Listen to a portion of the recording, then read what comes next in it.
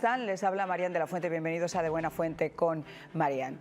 Ustedes se acuerdan que yo en el día de ayer les di ya un amplio editorial sobre lo que habíamos visto en ese discurso ante el Congreso, también sobre el intento por parte de la administración demócrata de fraguar cualquier cosa que dijera el presidente. Bueno, pues tras su aplaudida intervención ante el Congreso en ese primer discurso, en el que las encuestas de CBS y las de CNN han mostrado en más de un 76% que su mensaje ha sido acogido de forma muy favorable. El presidente y su equipo han vuelto manos a la obra para continuar su política de cumplir sus promesas de campaña al pueblo americano. Tras poner en pausa la subida de los aranceles a los automóviles hasta el 2 de abril y mantener una conversación telefónica con Trudeau, el presidente ha asegurado que esto no se trata solo de una guerra de aranceles, como muchos han dicho, sino de algo recíproco entre países y una guerra contra las drogas. Según escribió Trump en sus redes, en su política de transparencia para dejar saber al público esos procesos de cada una de sus políticas, el mandatario canadiense le preguntó qué se podría hacer sobre los aranceles para revertir esa implementación de aumentar el 25% las tarifas a los productos canadienses, a lo que Trump respondió muy tajante que muchas personas han muerto por el fentanilo que ha cruzado las fronteras de Canadá y de México y nada le ha convencido de que eso se haya detenido. El presidente admitió que se han hecho algunos esfuerzos, pero Canadá se ha convertido en uno de los centros mundiales de distribución del narcotráfico, con la presencia de mafias internacionales y oficinas de los principales carteles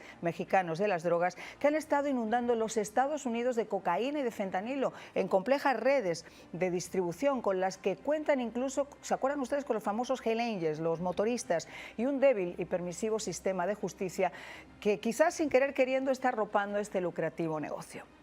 Trump ha acusado a su homólogo de no estar esforzándose lo suficiente por evitar esas tasas, ya que no ha habido manifestaciones claras de querer parar ese flagelo, mientras que esa situación de alguna forma también le está sirviendo, y abro comillas, para mantenerse en el poder después de que se viera presionado a renunciar el 6 de enero tras 9 años en el cargo de primer ministro.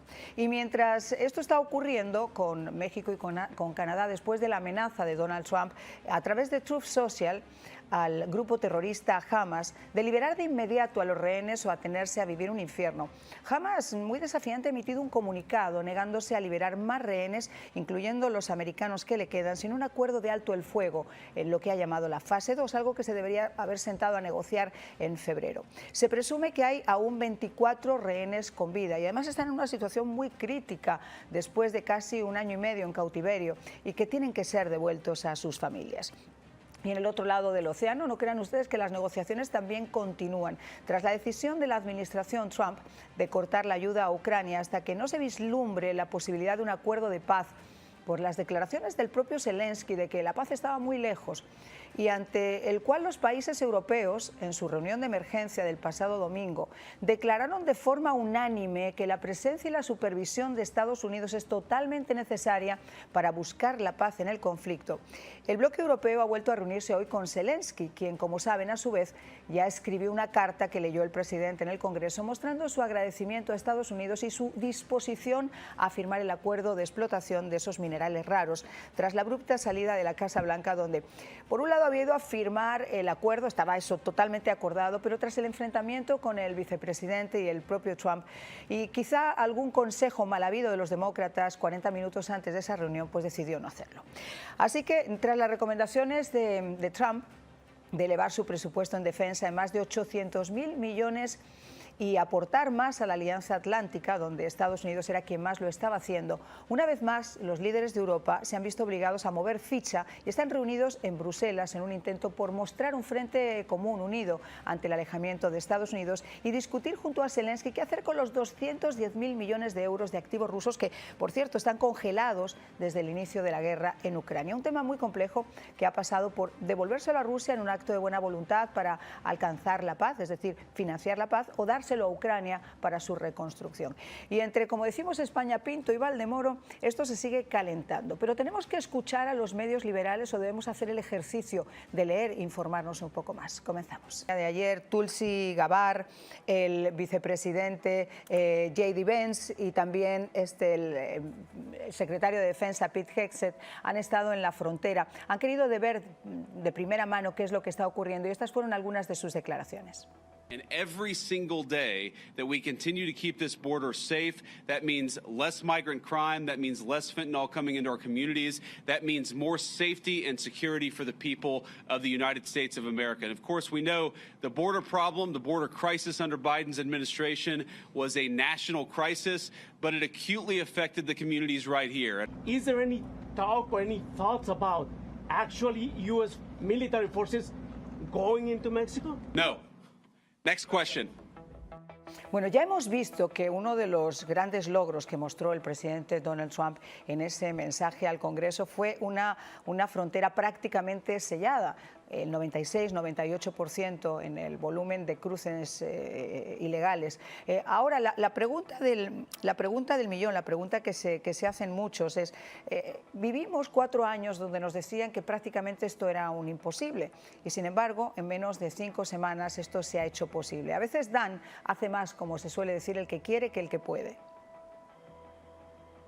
No, así es, Marian. Resulta que sí, tiene mucho que ver lo que es un esfuerzo ejecutivo sobre sellar, como dices tú, la frontera y lo está comprobando Donald Trump en todo el sentido.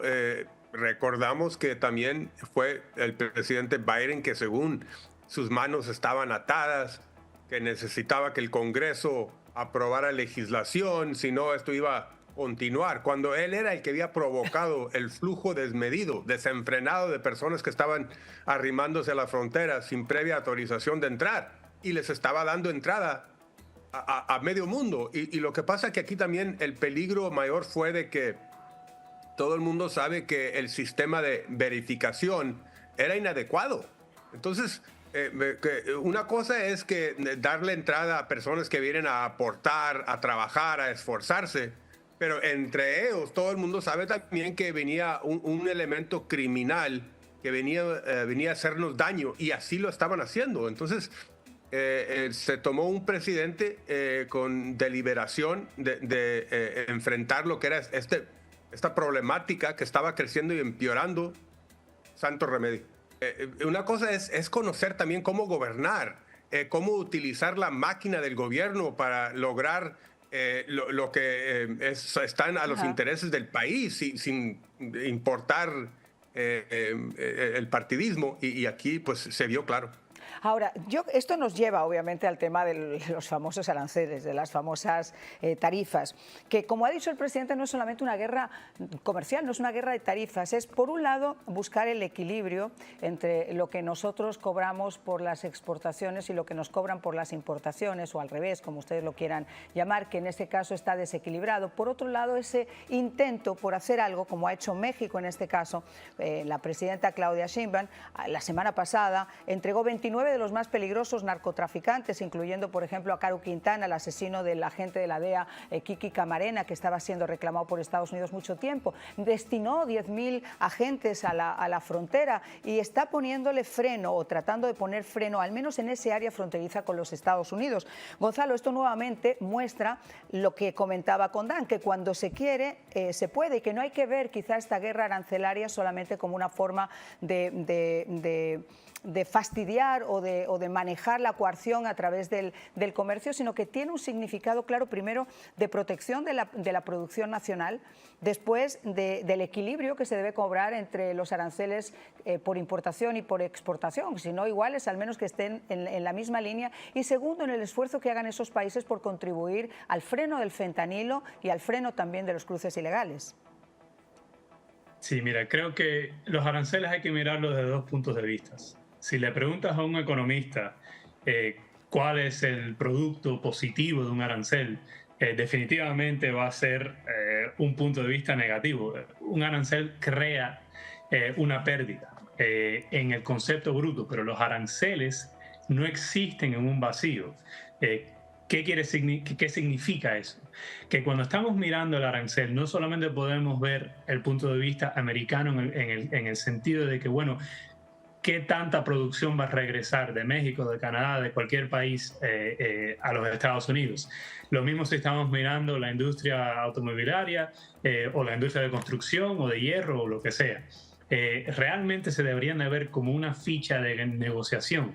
Y esto es lo que estamos viendo con la administración.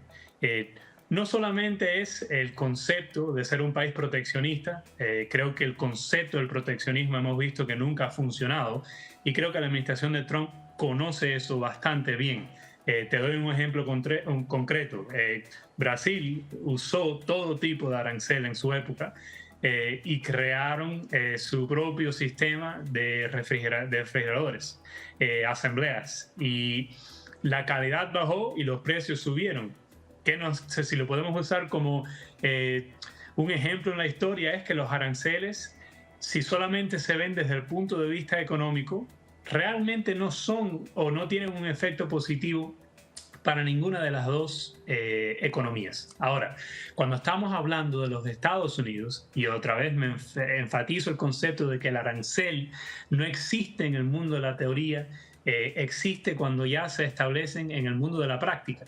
Y aquí no hay un vacío. Aquí estamos hablando de Canadá, Estados Unidos y México. Cuando vemos la producción bruta, es decir, lo que se llevan cada nación, del porcentaje de que se le está tributando a cualquier bien que está intercambiando en las fronteras, vemos que, por ejemplo, con México y con Canadá, hay un 20, 30, hasta casi en ciertas industrias un 40% de esa cantidad bruta que se está quedando Canadá. Entonces, hacer un arancel, realmente cuando lo publican en la prensa, bueno, el consumidor va a tener que pagar X porcentaje más sobre ese inmueble, automóvil, lo que sea.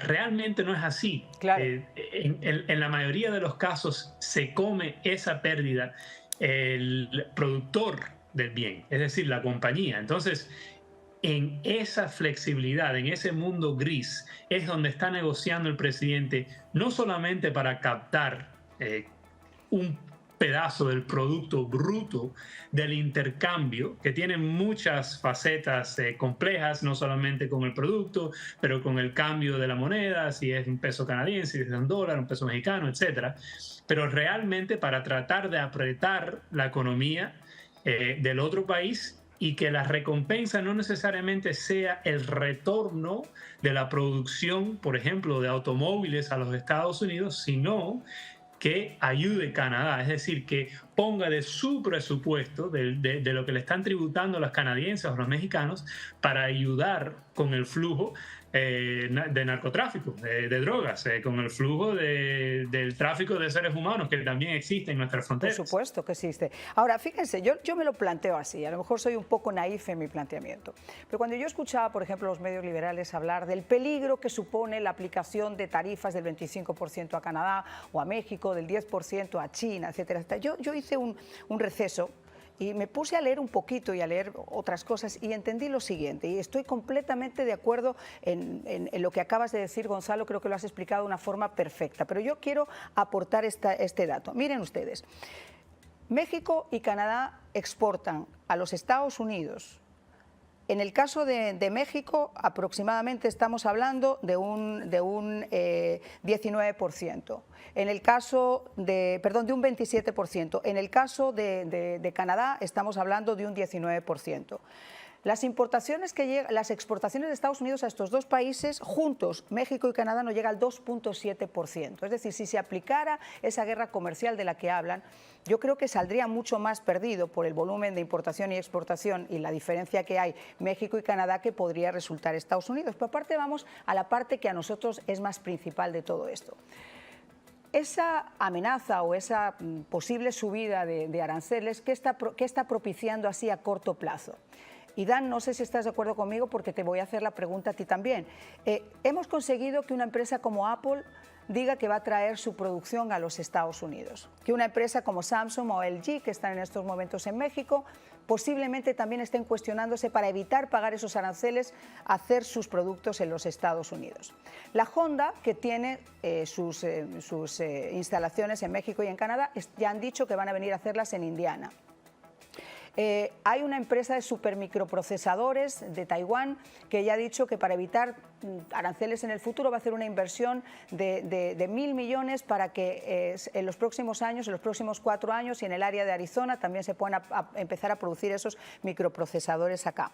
O sea, estamos hablando de la forma en que las grandes corporaciones y las grandes industrias empiezan a ver a Estados Unidos como centros de producción, cumpliendo con una de las promesas de campaña del presidente Trump, que dijo, en primer lugar, que iba a aumentar el número de puestos de trabajo, a pesar de las risas de los demócratas, y que iba, por otro lado, a potenciar la producción nacional, a proteger la producción nacional y a hacer una independencia energética. Yo creo que con esto ya se está hablando de un volumen entre 50.000, 60.000, 70.000 trabajadores solamente en lo que está anunciado, además de la inversión de 2 billones de dólares con B, que él también ha dicho que va a poner en los próximos años para potenciar la inteligencia artificial y que van a ser nuevas fuentes de trabajo. Dan, sin ninguna duda, cuando se habla de aranceles no podemos quedarnos solamente con que es que nos va a subir el producto, porque eso tiene puestos de trabajo.